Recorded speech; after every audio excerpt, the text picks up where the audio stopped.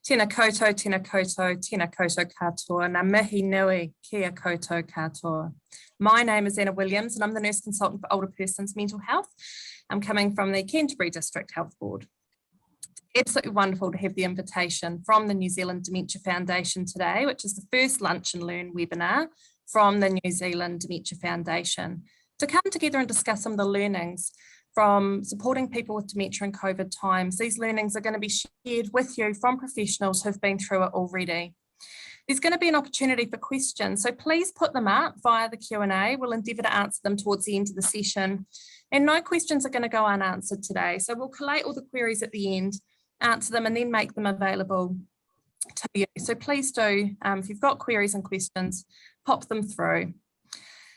The kaupapa today behind this online hui is to share experience, lessons and take-homes for the wider community moving forwards. And it's important that before we begin, we acknowledge and recognise the anxiety that actually we all have and the dementia workforce has around COVID and the impact that it's had on us, our workforce as a whole, and specifically those working with dementia care, aged residential care, community care whānau, and those themselves that live with dementia.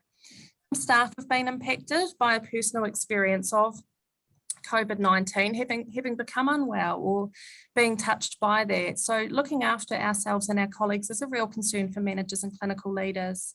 So a special thanks to Di Topshee, the manager at Rosewood here in Christchurch, for sharing some of those learnings with us as we acknowledge the challenges that COVID does bring. And I guess it must be of some reassurance to us that any new waves of COVID for our populations can now be supported with vaccinations, previous and emerging knowledge, and new ways of testing.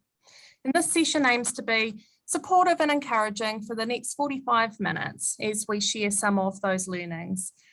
So with that, I would like to introduce to you Cara Kelly, the Unit Manager of Amberley Home and Hospital at Algies Bay in Warkworth. Cara, maybe you can give a wave.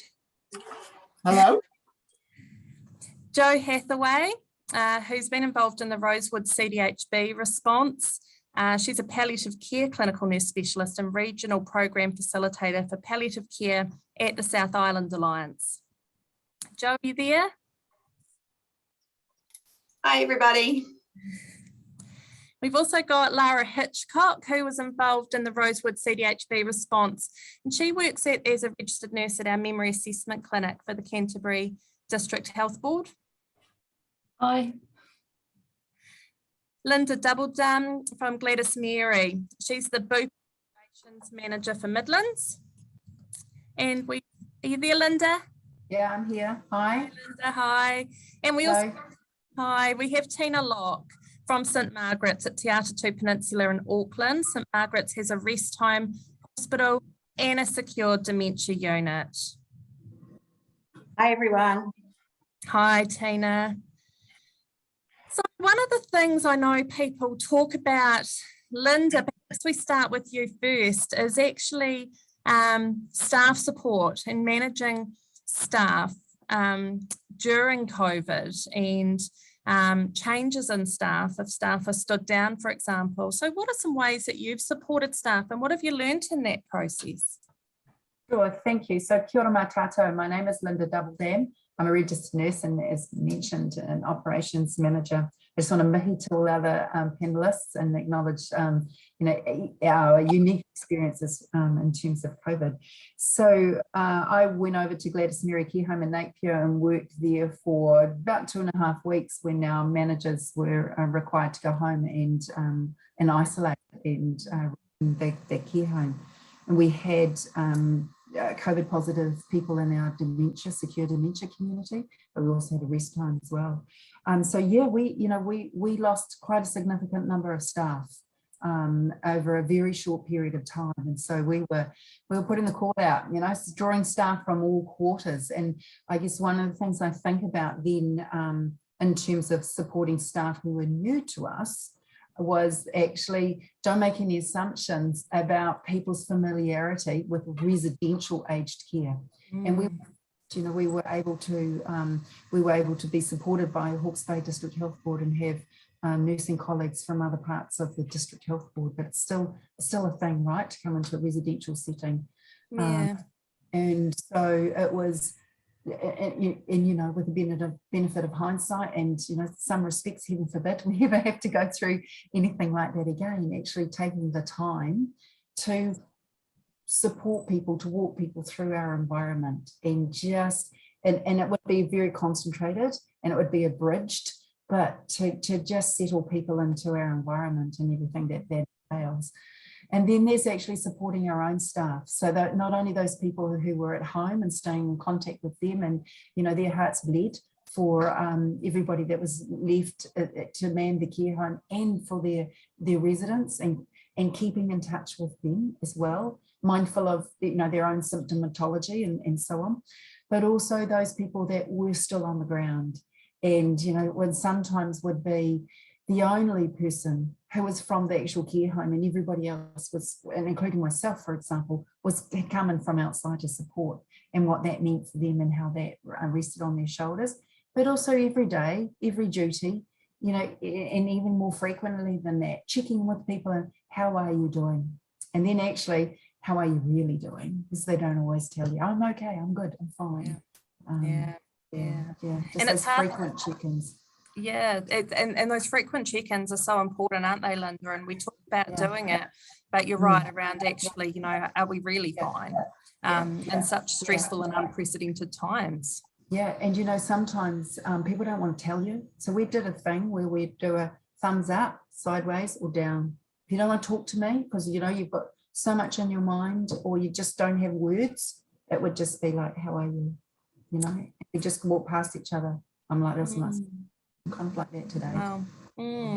Nice, a nice tool to use just to be able to check in with people. You talked a little, Linda, just about some of the assumptions that people make coming in with staff, and Sure. Those assumptions that you discovered. So some of the assumptions were, like, for me, making an assumption about other nursing colleagues that, yep, you're a registered nurse, and yes, you may have worked with older people, but don't assume, I couldn't assume, and actually they felt entirely comfortable in the residential setting, that they felt comfortable in a secure dementia community. Acknowledging, of course, actually people live with dementia, don't always, and require residential care, aren't always in a secure community, through our rest home environment too. So just really mindful that I'm not thinking, oh yeah, you're a registered nurse, great, come on, can you do this, and this, actually leading them through that. And coming to grips with our medication system, completely different to the environments that they came from. So moving forwards, Linda, in terms of some of those learnings and some technical things to take away, how does that look in preparedness for should this happen again? Sure. So my preparedness would be any things that we're working with our care homes, in the just in case scenario, is to have even if it's a one-pager, just have a document, just cover these things off. What are the need to know things? Because sometimes when you're under pressure, you forget even the simplest of things. It's where's the staff room, how do you get a coffee, where's the toilet, where are the doors, where are the exits, what arrangements have we got for PPE? Tell me a bit about yourself. Tell me a bit about the area of nursing that's really familiar with. You're really familiar with. Tell me actually what your concerns are as you're walking through our front door. And I'll just say those. And how you can find me, how you can track me down. And, all of our sites are configured differently, and some are rabbit warrens and some are more straightforward. But here's how you can locate me.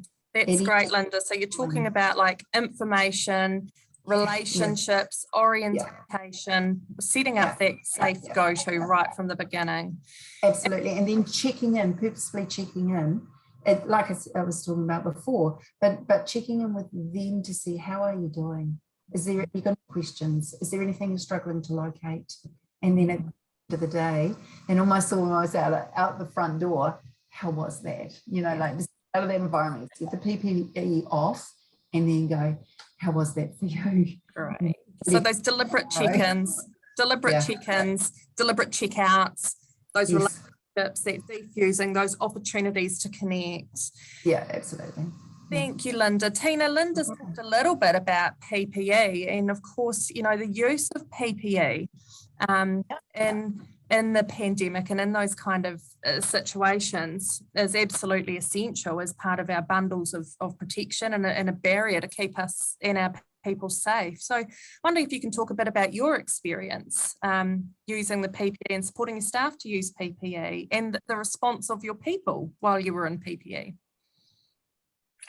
Sure. So we've had two experiences with COVID-19. The first in the first lockdown, where unfortunately some of our residents in the hospital area did contact COVID-19.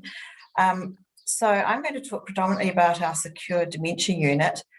As everybody, I'm sure does, we maintain that as a really, really strict bubble, which is our first weapon of defence. This time around, one of our staff, dedicated staff who works in dementia, a family member contacted COVID-19. So of course, we were back in the spotlight again, immediately stood down those staff and put all the staff remaining who are working in dementia into full PPE. So the gowns, the gloves, the goggles, the masks, N95 masks. We were in a fortunate situation in that our residents knew the staff. We could maintain the staffing in the dementia unit, even with people stood down, with people that our residents knew. And the staff have reported, and our observation was that actually the residents were fine with being cared for by staff with full PPE on. There wasn't an issue, which was really lucky. And talking to the staff, they reiterated the real importance of just maintaining that calmness and talking to people, not getting flustered as much as possible. For some, of course, you need to be a wee bit firmer with, so just really treating them the same. And as I say, they really didn't encounter any obstruction to being cared for by people in full PPE. Now that we're back with the staff, of course, are still wearing masks, is quite interesting. There's still no issue at all. And in fact, quite a few of the residents are saying, well, why can't we have one of those? So we're popping masks on those that want them, and they're feeling quite important, or very important. Of course, one of the things in the dementia unit, it's impossible to isolate them.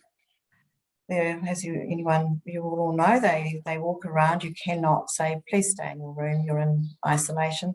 So really important for the staff to practice donning and doffing to make them as comfortable as possible with the use of full PPE. It's quite daunting for staff when they're not used to it, but it worked really well. It's really reassuring, Tina, isn't it, for our colleagues across the country who perhaps haven't had the same experience of yourself, is, that with some practice in terms of donning and doffing will increase the confidence of your staff, but actually your residents were okay being cared by people in PPE, and now themselves are some of them quite willing to wear a mask. Yes. It's a wonderful insight, and perhaps a surprise to some of our folk out there. So thank you for that, because Cara, of course, in terms of COVID, we're really mindful and aware of our screening and our vigilance around COVID. And while I assume you might have had some folk who you suspected had COVID-19, you're going to want to confirm that with a nasopharyngeal swab.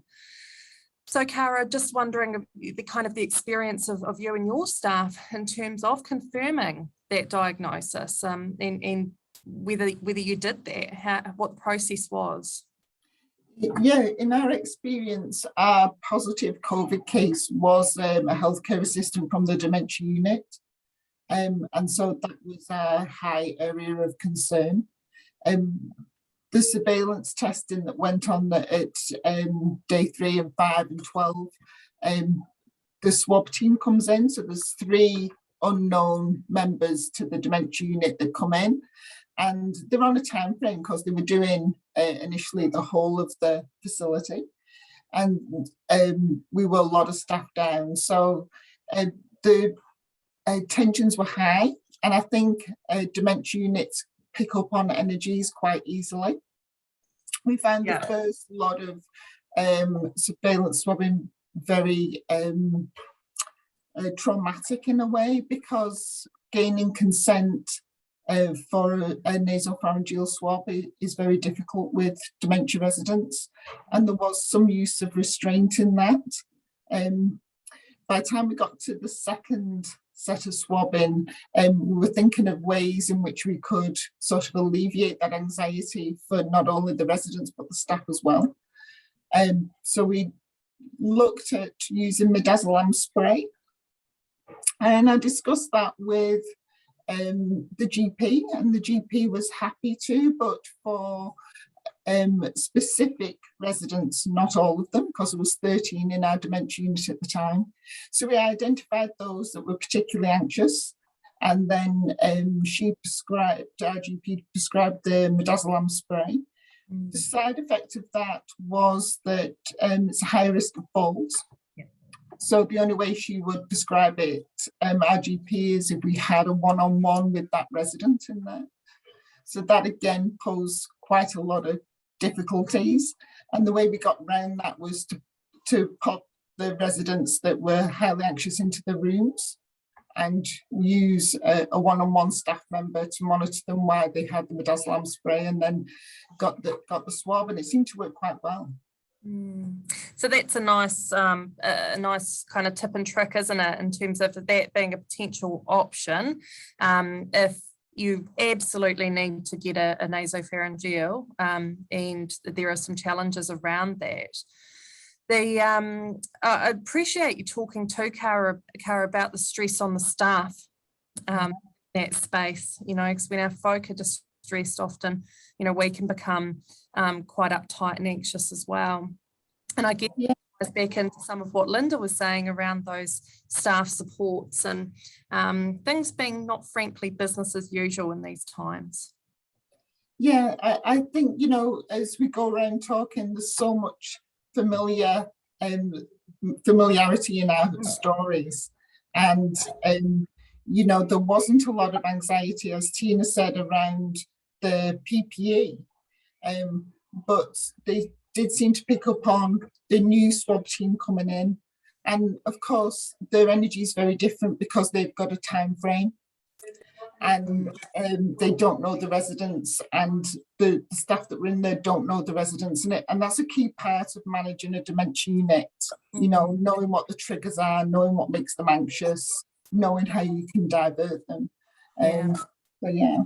I guess, Cara, you're talking actually in that, it's a good segue into Lara, person-centred care, and actually one of those key aspects of working with people with dementia is, keeping the person at the centre of what we do, and knowing them and understanding what makes them tick, what invigorates them, what gives them passion, sense of community, all those things. And I'm imagining, you're nursing in PPE.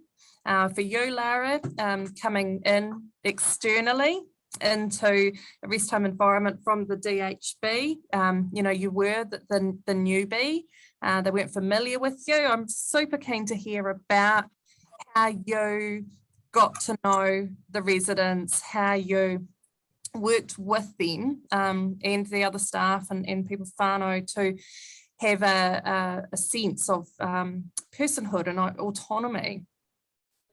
Yep. So I've come from a background, I've worked as a nurse for 25 years plus, predominantly with people living with dementia from the very early stages, where I am at the memory clinic now, just at the stage of diagnosis, all the way through to, I worked for 9 years in a D6 dementia specialty hospital level care. And I'm very, very passionate about encouraging people to live well with dementia at whatever stage of the dementia journey they are at. And so when there was the call out for one of our facilities that had COVID in the first wave of COVID, for staff to volunteer, it was something that I was very keen in, because I felt that I was able to bridge that gap, because I'd worked within the DHB, but I'd also worked in aged residential care. And as was said by Linda, it's a very unique experience. You may be a registered nurse, and that we do share a lot of skills and a lot of attributes, but it can be quite different in aged residential care. And I'd come from, as I say, I'd worked in a D6 unit and had experienced not COVID, but other communicable diseases such as norovirus, and the interestingness of how it is when you're dealing with PPE and helping support people. And at that stage, we had all the staff that we knew the staff, we knew each other, we knew the residents. So I was wondering how it was going to work with a completely different range of staff with different skills, what their level of understanding of dementia was. So when I went in, it was really, really important for me to promote the team that I was working with, to actually get to know the people, not just look. We can be guilty as nurses to look at someone as just with a diagnosis. So rather than we're coming in to deal with COVID patients, or we're coming in to deal with dementia patients and residents, you know, to look at the person. And I was wondering whether the residents, how they would feel not having the regular staff. And I worked within the hospital level care, which had people who had dementia that had moved on from the D6 level. And I also worked with the residents that came back from Burwood Hospital to support the staff going back in to the job. But the main thing I found was that with the residents, even though I was fully PPE'd, it was using all those skills that we do have. It's that reassurance, it's that calming, that, you know, if the person is, you know, is responsive to touch, just sitting there holding somebody's hand. And we did have the advantage of, when I was there, having a few more staff. So we were able to find out more. We were able to speak to family on the phone to find out what the person liked, what they responded to. And so it wasn't, I thought that it would be more difficult having a group of guest staff than it was. And it was encouraging all the staff to be able to use all those verbal skills, all those non-verbal skills that we have and have developed over the years. And just trying to, again, reduce some of the stress levels as well, because, you know, sometimes if we're stressed, as mentioned by the previous panelists, if we're stressed, then the person with dementia will become stressed, and then more grabbing of the PPE, and then that makes us more stressed, and then that makes them more stressed. And then that's that vicious cycle. And also as a nurse, we had residents that did have test COVID positive and ones that didn't. And I found it very interesting that, you know, I was in a room with somebody talking to them and, you know, making sure that they were okay, and they were tested, they had tested positive for COVID. And the person in the next room, I heard her sensor mat go. And the first nursey instinct in me is rush in, make sure that she's fine. But it's that weighing up the what is the greater risk. So I came out, changed completely, changed again in, and everything was good. But it's definitely interesting, but it's not, you have got those skills. You have got the skills, but as long as you think of the person first, because people are still people. They're not a COVID person or a person with dementia. Everybody has their unique needs. And so it's finding out those unique needs and their unique personalities. Such a wonderful insight, Lara, and learning in terms of actually, no matter what the context is, person first, really thinking about what their needs are, and absolutely hearing from you, the communication being so much more than, you know, a muffled voice under a mask, perhaps, and being really creative and quite deliberate with your communication strategies in that regards. Cara, we've had a question come through, and I wonder, or for all of you, but Cara, I wonder if you feel able to answer Vicky Greenwood's question. Does the midazolam affect the COVID swab itself when taken? A great question. I think we had the COVID swabs booked from 11, and we were told to give an hour before. Yeah. So the effect would have been wearing off probably at that time, but just allowed us to have a more settled environment, a more controlled environment, rather than a potentially sedated resident. Yeah, that's great. And then there's also been a query come through, and I'm keen for your thoughts here, team, about the rationale for doing swabs for everybody in a dementia community. Why wasn't it just assumed that everyone has it and treat them the same? So I could start with that one if you like. So that was Thanks, Linda. the approach that was taken at Gladys Mary and Napier. Not everybody was tested. There was a point in time where public health said, right, from this moment on, because of the closeness of the people living in the community, and as others have said, we can't isolate. The decision was taken. We are going to assume that anybody else that presents with symptoms, we will regard as being positive. So that's exactly it. Yeah, and probably important to note too, Linda and team, that actually the health information coming through was just evolving so rapidly in terms of our learnings and what the directions were from public health, etc. So what might have been done might not be actually where we're landing here today, nor what we might do in 18 months' time. So yeah, I think that's a really valid point. Thanks, Linda. Can I just make a point, Anna, that when we had COVID in the facility in the first outbreak, we didn't test anybody in the dementia unit. There was no point. The only reason why we did it this time was because it was a staff member in the dementia who was working in dementia, whose family member, and she eventually tested positive. So there was a lot of really interesting discussion around that, and I have to say public health were really supportive, and we really pushed for it. It's too traumatic. There was no point, there was no reason for us to absolutely, yeah. And that's a really great point, isn't it, around that actually we're not in this alone. We have the health response, there's other, and actually there's loads of people to support and guide and pull together that sense of team and get the advice from the right people on the day. Great. Jo, coming to you, I mean, your role was quite different again, and then of course the initial way in which you went in kind of altered a little, so I'm keen to hear your story. Tēnā koutou katoa. So I'm Jo, and I'm a palliative care clinical nurse specialist. And I was asked by the Canterbury District Health Board to go into an ARC facility down here in Christchurch when they had an outbreak. And I actually went in, with the responsibility of managing the deaths of all these COVID positive patients. And in the hospital wing of this facility, there was 14 patients, and of course they're all elderly. Most of them had very advanced dementia along with a lot of other things, bed-bound, incontinent and non-verbal, which was a challenge for the staff because we were all new staff. We were all CDHB employees, not the regular staff. Nobody knew these patients.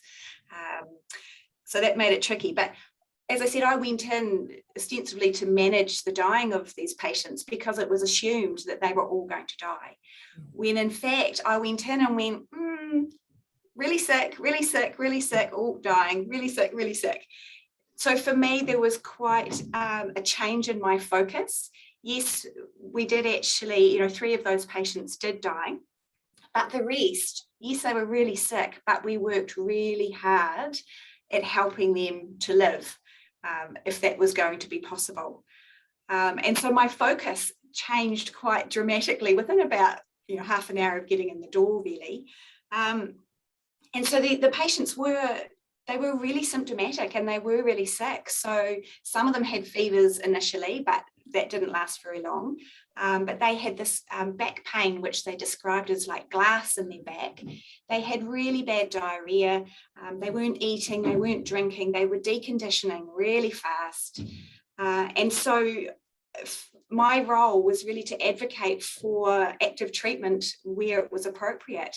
So putting fluid, patients that weren't swallowing, weren't eating and drinking or having their meds, so putting them on subcut fluids or starting syringe drivers, but with very small amounts of medication. I want to emphasize this, that we actually managed people on very small amounts of morphine and midazolam. And I'm talking, 5 milligrams of morphine and 5 milligrams of midaz in a syringe driver over 24 hours. Not the doses that you might think might be necessary in these circumstances. And the other thing that I guess was a bit of a surprise is, yes, we had all these really symptomatic and sick patients, but the ones that were actively dying, they were the ones that went really quiet, and they just looked like they were tucking up in bed and having a really good sleep.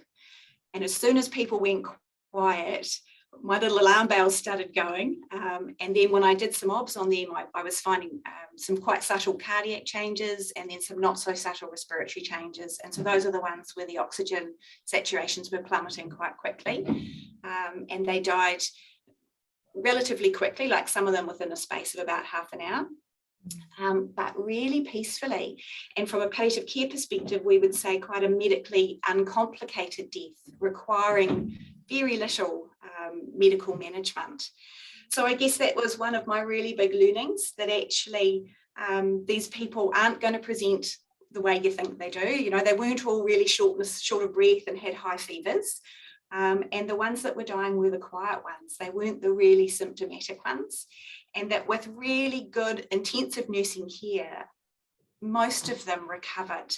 And when I say intense nursing care, literally, we spent our days keeping them clean, keeping them warm, keeping them upright, and keeping them hydrated.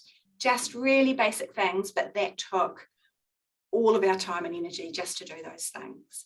And the other thing I'd say here, just from a palliative care perspective, is the other part of my role was to support the staff, but also families around end of life care and end of life conversations.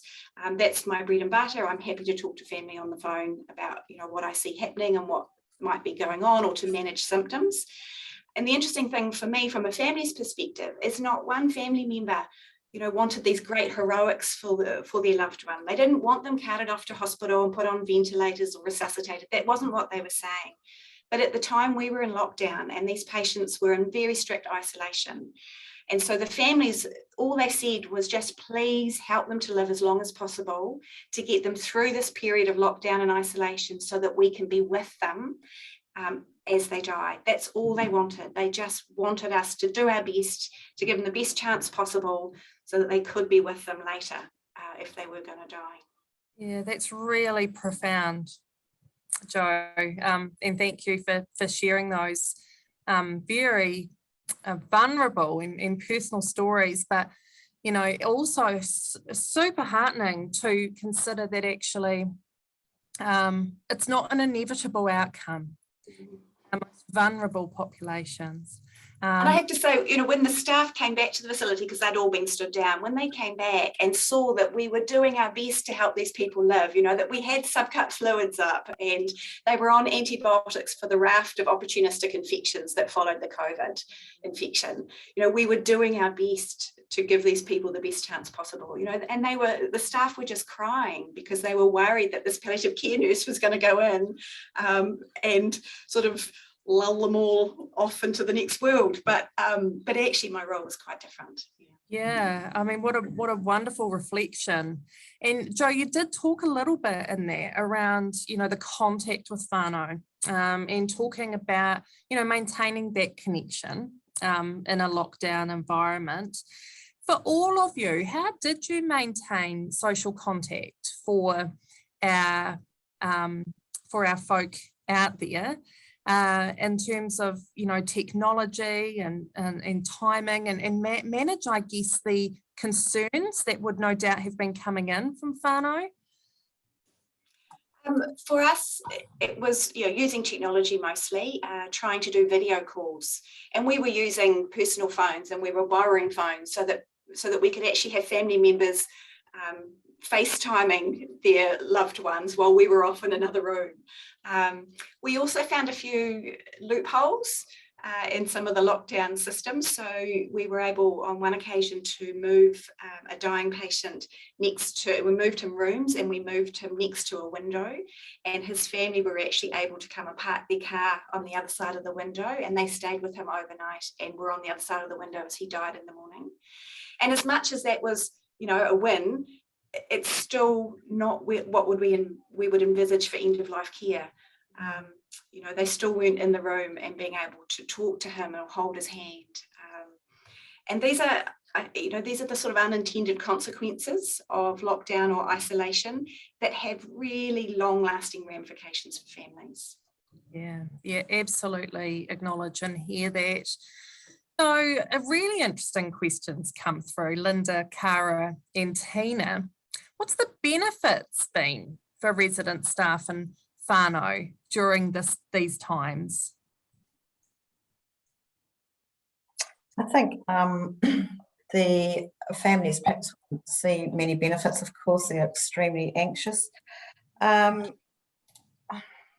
guess the benefit is to see that the residents are okay, that as Jo was saying, we do the same with online video calls and things and phone calls, and that keeping that communication line open. And I guess one of the benefits is to see that and to be able to explain to the families of course they want to see their loved one when they can, but actually your person is okay.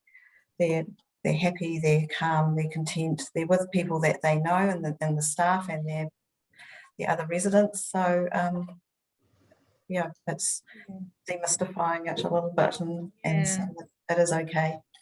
Thanks. Cara, was that your experience too?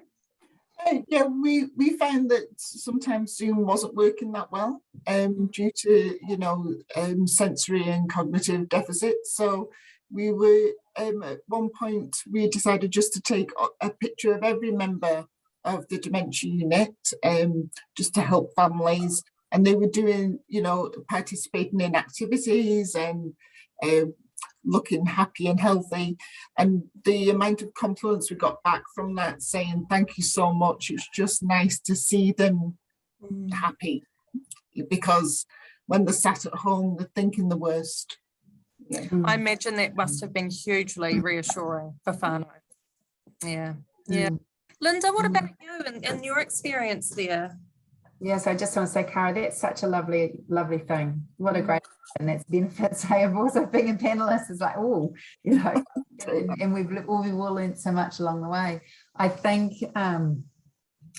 for us that, if I was thinking about a silver lining in all of this, and having lost so many staff, they weren't all symptomatic. And at that point in time, it was about the nature of the exposure. And if you'd had, been a close contact, then boom, home, 14 days, can't come back, but, and they really wanted to be connected. And so, one of the things we did was we worked up a bit of a phone tree. And so we were engaging with some of our key staff who were at home waiting to see out their 14 days. And then they in turn stayed connected to the family, so that we could focus on some of the things in the care home. And yes, we did the same thing. We're doing video calls, we're doing phone calls, we do everything we could do to make a strong connection. But we also, on a regular basis, had our staff who were from the care home, like as I said, at home, calling families and saying, your person's doing great. Your person's good today. Here's the update. Because what of course, a neat idea. To keep your employee and your carers and your nurses and connected, but a lovely way too to maintain those relationships with whānau. And it was so meaningful. Neat takeaway. So meaningful for our staff, who I think others have said, that how distressing it is for them to be away and feel fine, feel so bad, felt so dreadfully bad that they should have been there and should have been helping out.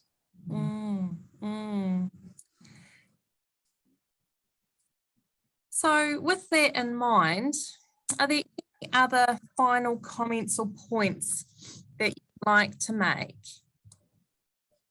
I just have one that I was reflecting on, and it is around PPE and just the vigilance that's required. When people are tired right? And I'm talking about staff, and you're wearing full PPE every day. And our team leader, Mary, did it for 61 days, and there may be others of you that have done it for even longer, but just that when you're tired and when you're worn out and your brain is saturated, it's when you start to take shortcuts. And it was really helpful to have everybody just looking out for each other and, just being mindful of, you need to, your gown's not quite tied up, or your mask is slipping, or whatever the situation was, but that act of kindness and to flip it from people that, well, I can't tell, so-and-so that they've done something wrong. No, make it an act of kindness. We're looking out for each other, because that start to, our good discipline and our habits can slip a wee bit because we're just so darn tired. Yeah, that's a really, really good point, Linda. And I wonder about the role of a buddy system in that too, in terms of checking one another's PPE, relieving each other for so they can keep hydrated, all those basic things that have become so much more challenging, I imagine, under PPE, in terms of even having Yeah, absolutely. And in terms of the buddy system, so then, when you've come in to start your shift, or you're finishing the break and you're kidding yourself out again, is just having someone else go, have I got it right? Is there anything that I've missed? So that and looking out for each other as well. Yeah, that's great. So our time is nearly finished. So Jo, Tina, Linda, Lara, Cara, thank you. Thank you for your insights. Thank you for your frank honesty.